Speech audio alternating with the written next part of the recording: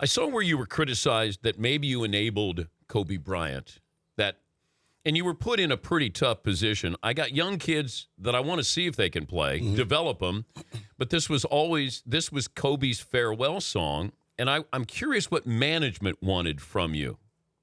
Did they want you to let Kobe be Kobe and, even though he wasn't a great player or consistent player, is that communicated to you as the head coach of, here's priorities here, Byron? Not necessarily. Mitch and I really never talked about that. We knew it was his last year. So as I stated before, my main objective, was to make sure he got to that last game. And I knew I had to cut his minutes down. I knew I had a little bit of a balancing act with him and the young guys.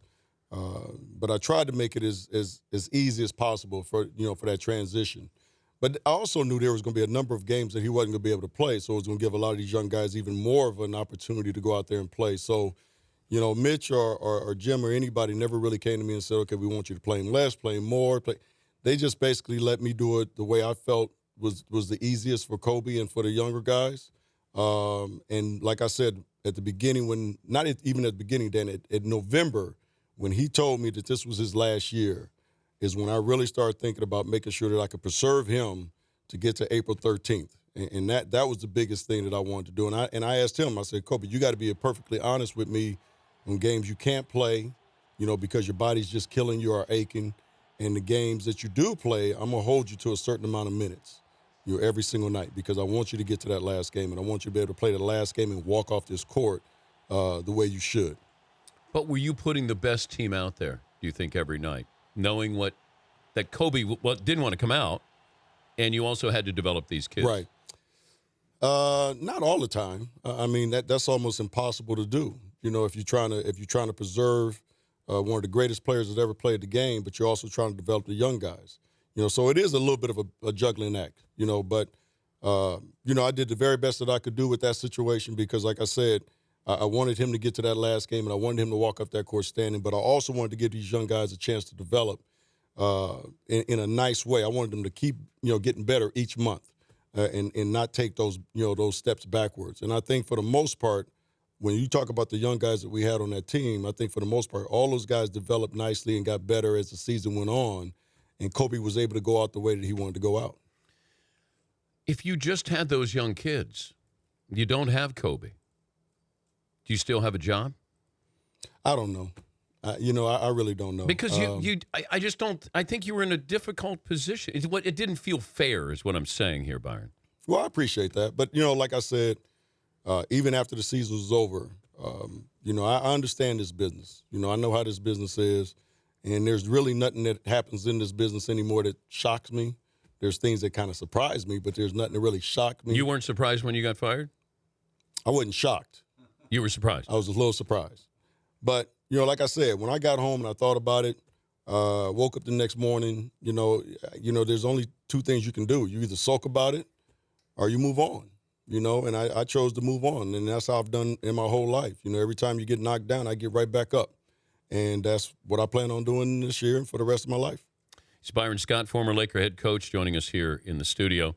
So you played for the Lakers in the 80s, and I remember when you're watching those games, the ball movement that you have. So Golden State is moving the ball, and people think it's this incredible new style. Now, they're shooting threes, but you guys ran all the time, constantly moving. The Celtics even moved. Absolutely. Fast break. Absolutely. So when did we lose this movement, transition, fast break points? Because now Golden State's being they're hailed as, oh, my God, look at this new type of offense. Right. All they're adding is the three-point element to moving the ball and five guys touching it. And they're adding the element of small ball, so to speak, with Draymond being able to play the center position on the defensive end and really draw everybody out on the offensive end. But it's nothing new.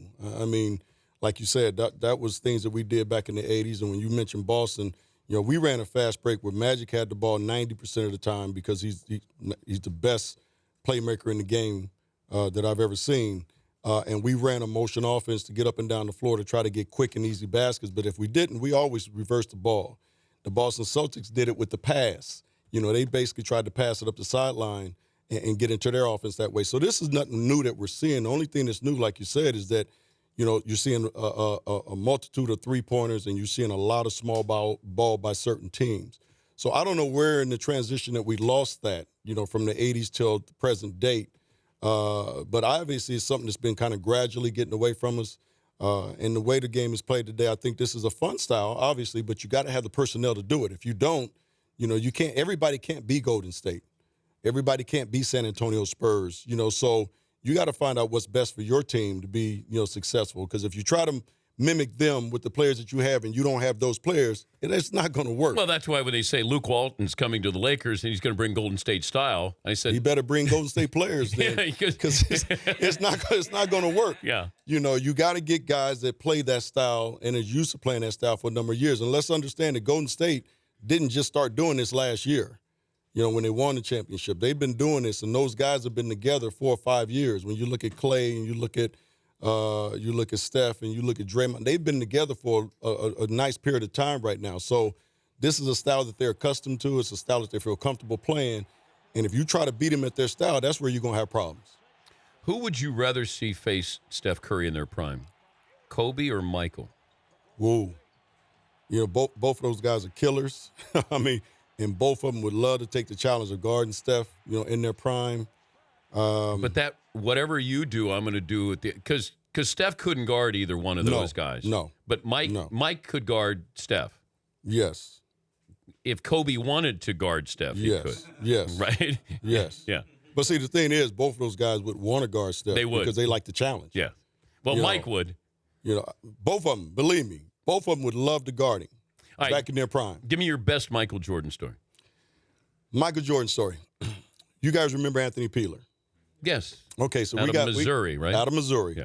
So we got the Chicago Bulls coming in town, and unfortunately, I got a sprained ankle, you know, and so. Did you say fortunately? Unfortunately. Oh, okay. Unfortunately, I enjoy guarding Mike because he was, you know, the one thing I did with Mike is I never got him pissed off. You know, he make a shot, you say, "Good shot, Mike."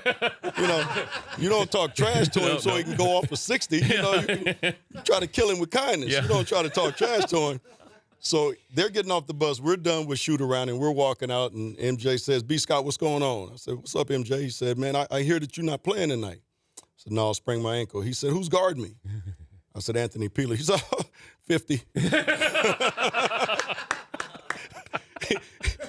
So I told Anthony Peeler, "Listen, MJ, he's probably going to go for about 50 tonight on you. So just don't piss him off. You know, just be cool." He ended up with 54. So the man could do basically whatever he wanted to do on that basketball court. What's your Bird story? Larry Bird, you know, and a lot of people don't know this. You probably know this, Dan, but Larry Bird was one of the biggest trash talkers in basketball. And a lot of people say, really? You know, they thought it was Reggie or Charles. Larry Bird talked more trash on the basketball court than anybody I've ever played against. And he told me two things one game. You know, our rotations, double teaming Kevin McHale, always had to rotate to the corner, and Larry Bird was the one shooting it. You know, so he shot one, and I mean, I'm trying to block this shot, and he would just tell me, "Scott, you're a little too late." You know, a little too late. So we playing him, and the last play, he says to James Worthy, he says, "You guys don't have to worry about it. I'm going to go right over there that corner." He said, "They're going to set a screen for me. We're taking the ball out." He said, "I'm going to curl right over." And he's telling us to play. He's telling us to play before they even take it out. He said, "I'm going to go right over to that corner, and I'm going to catch it, and I'm going to shoot it, and I'm going to tie the game or win the game," whatever the case may be. They take the ball out, and I think it was either Danny or DJ, the late, great DJ. Yeah. Take the ball out. The man curled right to the corner, caught the shot, shot a three, and game over. It's like, are you effing kidding me? It's my Larry Bird story. Bird used to tell people, I remember he told me a story about Xavier McDaniel. He said, X-Man, yeah. X, I'm going to get the ball right here. I'm going to shoot a jumper right in your face. And then he got the ball and shot it right in his face. Yeah. And Bird says to X, "I told you I was going to do it." I like your accent. I like it. That's pretty good. But that was Larry. I mean, Larry would just, and he was saying in such a calm way that you didn't think it was trash talking, but it's trash talking. You're not going to tell me you're going to go over there and shoot the ball in my face. That's trash talking. But he would tell you before the play even started. He just come out and say, "You don't, guys, you ain't got to worry. This is where the ball going. I'm going to catch it over here. And he would tell you to play and catch it over there and shoot it.